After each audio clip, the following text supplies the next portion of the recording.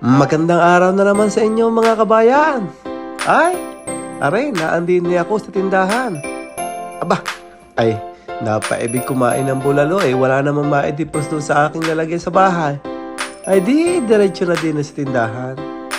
Eh, papaanhin ka eh, napaibig. Eh, kahirap ka naman pag hindi napagbigyan. Parang maglilihi eh. Aring bulalo naman, aring sadya ko nang niluluto. Dati pa, aring isa rin sa mga paborito nung aking anak at nung aking asawa. Abay, ay sino ka? Ay sino kang hindi naman mapapaibig din sa ganun luto bulalo? Ay awang ko na laang.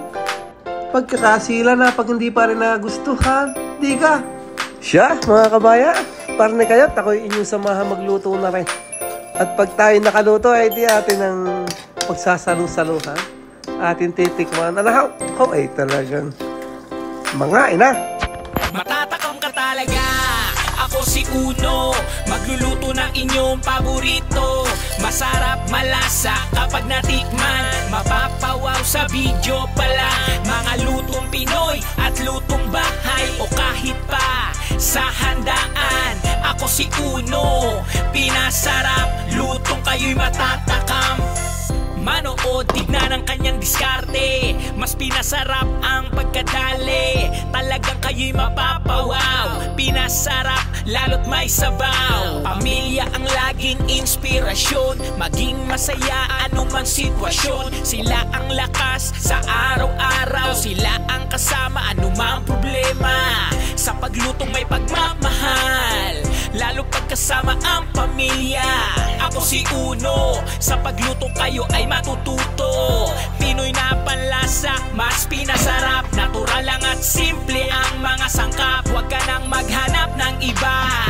Paglutong Pinoy, ako si Uno talaga. Ako si Uno, magluluto ng inyong paborito. Masarap, malasa kapag natikman. Mapapawaw sa video pala.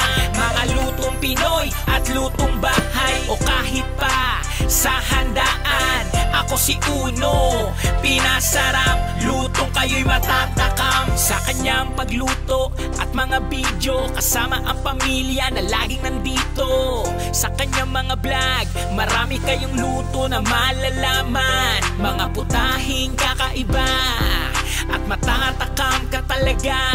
Sigurado na sa luto niya ay talagang gugutumin ka. Masayang mga banding kasama ang pamilya. Sa pagluto ay sama-sama. Umulan man kahit umaraw, salo-salo sa isang lamesa. Busog na naman sila. Kita mo naman. Sabi ko. Wala sama. Tikman mo pa, tikman mo pa. Could you put like all the black balls in the mix? Magluluto ng inyong paborito. Masarap, malasa kapag natikman. Mapapawaw sa video pala. Mga lutong Pinoy at lutong bahay o kahit pa